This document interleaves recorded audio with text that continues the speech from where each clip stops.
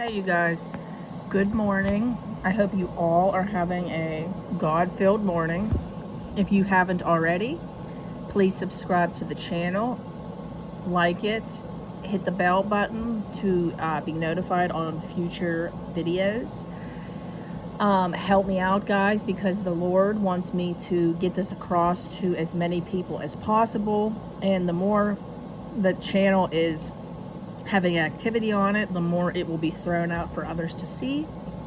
So anyways, guys, this right here I got this morning from the Lord, and I really believe that it will encourage you all.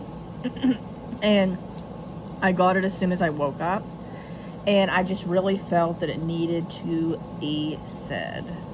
So I was going to do this later, but then I thought realistically, by the time I get home, do my sessions, and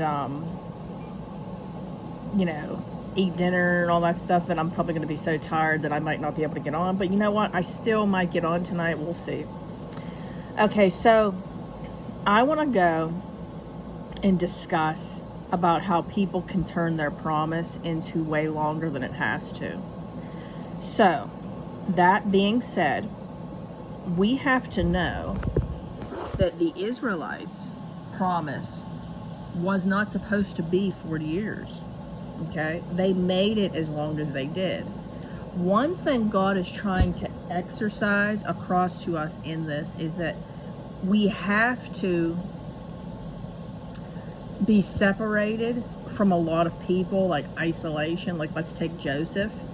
Joseph was isolated, from his family, and they did him dirty, his brothers. His dad, he was separated from him. I mean, just imagine for a second how bad that hurt. Like, your own brothers threw you into a ditch and were actually going to have you killed, but then ended up just selling you into the slavery, and told the father that he died, and his father, had to live with that. I mean, like, that was so painful. And his mother.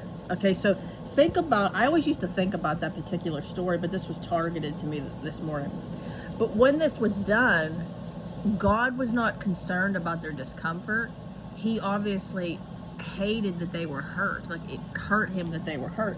But then at the same time, he knew what it was going to do in them. Like, that it was going to work to all of their benefits. The brothers, the father, Joseph, all of it. So Joseph was in slavery for 13 years. Okay. Now, that was the amount of time that he needed to get to where he was at before he could, like, for instance, I'm sure you guys remember how the brothers came to get food, to where Joseph was, and Joseph could have said right then and there, like, prideful, like, look, like, I'm the authority here, you're bowing to me, all of that. But what was done was basically, he humbly was kind. I mean, like, to get to that place is not easy, guys. It's not. Okay? So, the Israelites basically were in their problem longer, and they didn't have to be in there longer. Okay? So, what I'm really trying to exercise here is, how much faith do you have? Now, there's going to be a question that I'm going to ask you guys. This is how you are going to know where you are at with God. Let's say that the devil came to you the way he did Jesus, in your most vulnerable state, where you're upset and, you're just really emotional, and he says to you, I can give you back your marriage. I will give you your husband back. I will give you everything under the sun, a new car, a new house, all the money in the world, more children, whatever the case, like, whatever in your heart that you want. Would you be able to say no? Think about that.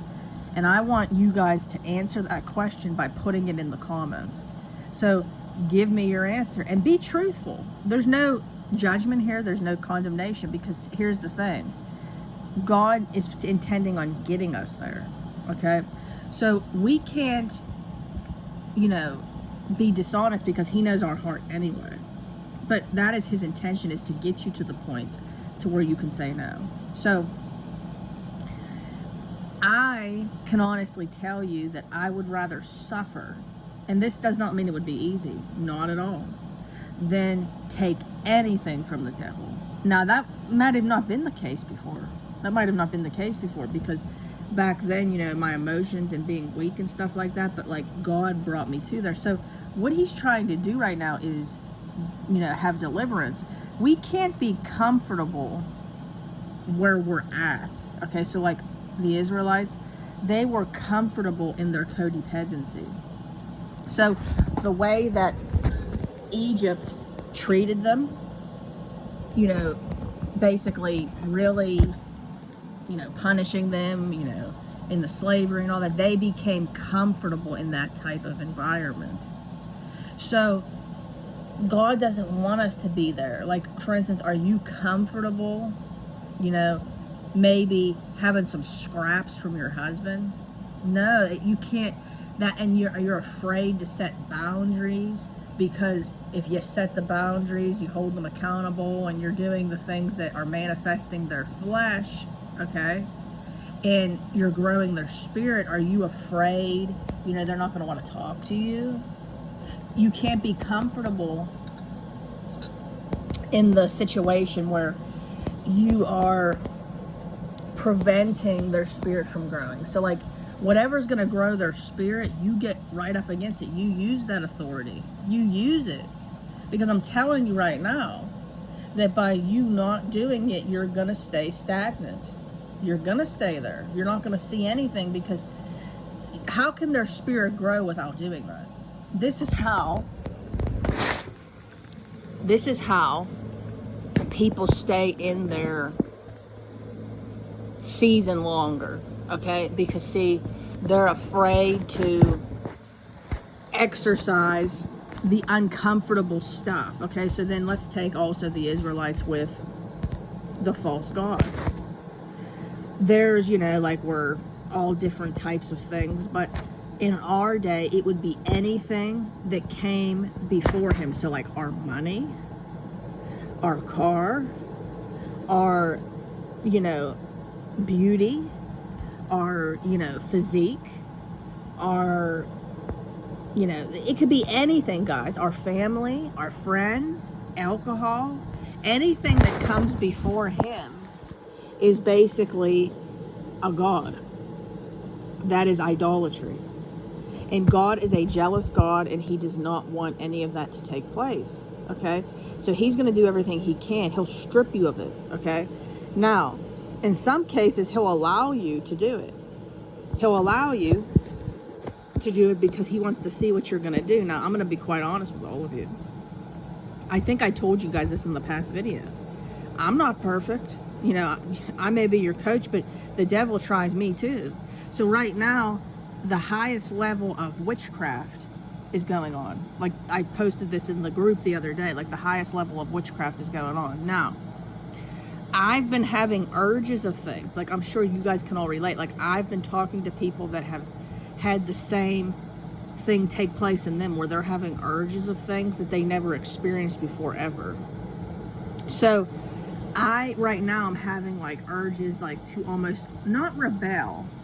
That's not the word, because I still fight the flesh to put, you know, the time into God and stuff. But I'm having, I guess you could say it still is a little bit of rebellion, because like, I want to start watching things, like I told you, like documentaries and stuff on YouTube, like on history and stuff like that. Like, you know, the last couple weeks, you know, I've been all obsessed over this whole Titanic implosion, and, you know, the actual, like, all that stuff. The devil's using a weakness of mine, which is, you know, history and stuff like that. He's using that to get me to want to start obsessing over it, okay? He's using it to have me want to start obsessing over it. And by obsessing over it, if I don't nip it in the butt right now and put it away, and I don't want to mistaken you guys, that doesn't mean necessarily like I wouldn't be able to listen to it at all. But by me obsessing with it daily and putting time into it daily, so like, you guys know, like, whatever you listen to on YouTube will refresh in your news feed, where that stuff will be on there. So like, for instance, with me, instead of me seeing some videos that they have posted on the Titanic, I would have to skip over those and fight the flesh for a couple days to put that away. Okay? So what I'm saying here is the devil knows our weaknesses, and he knows exactly what to do and when to do it. So if we're not putting God first in every single way, that doesn't mean, like I said, that you're not allowed to watch, regular TV, or you're not allowed to watch a documentary at all. That doesn't mean that. But you have to see, like, how much time am I putting into this? Is it becoming a God? You know what I mean? Like, is my flesh wanting to keep putting this on? Like, that's how you know. So, like, you have to fight the spirit, okay? Fight the flesh to improve and feed your spirit. So, like, by me fighting that, I'm showing God, you're more important. You're more important. I don't need this. So I encourage you all to do that too. So again, there's nothing wrong with you if you experience this. This is going to happen until the day you die. But you have to know it for what it is. You got to know it for what it is.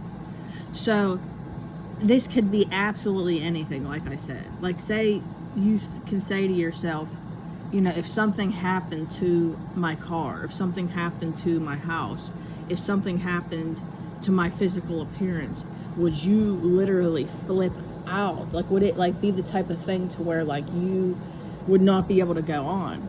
That's okay at first, because I told you all that when God was really, delivering me, he allowed my looks to no longer be an idol.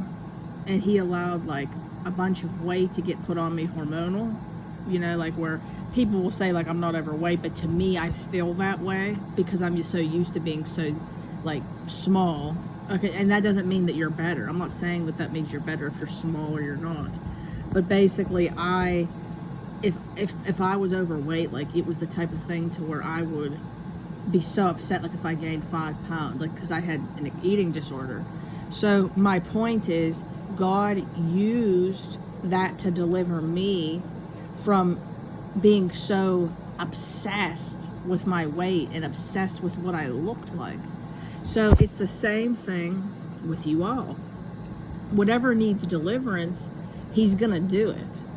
Don't be upset. Enjoy the process, because you may not understand it in the beginning and it may really hurt you of what's taking place, but I promise you that you will as time goes on. So, like, right now, I'm at the point where I would love to be able to be, like, have my hormones functioning properly, to be working properly, to where I can really go hard in the gym again and really, start shedding, the hormonal weight. But no matter what I do, it's impossible. It just will not come off. And it's because my cortisol is high. I have thyroid issues. The adrenal glands are still trying to heal, because those right there, guys, and that's something I encourage you all, my problem started because of prolonged stress.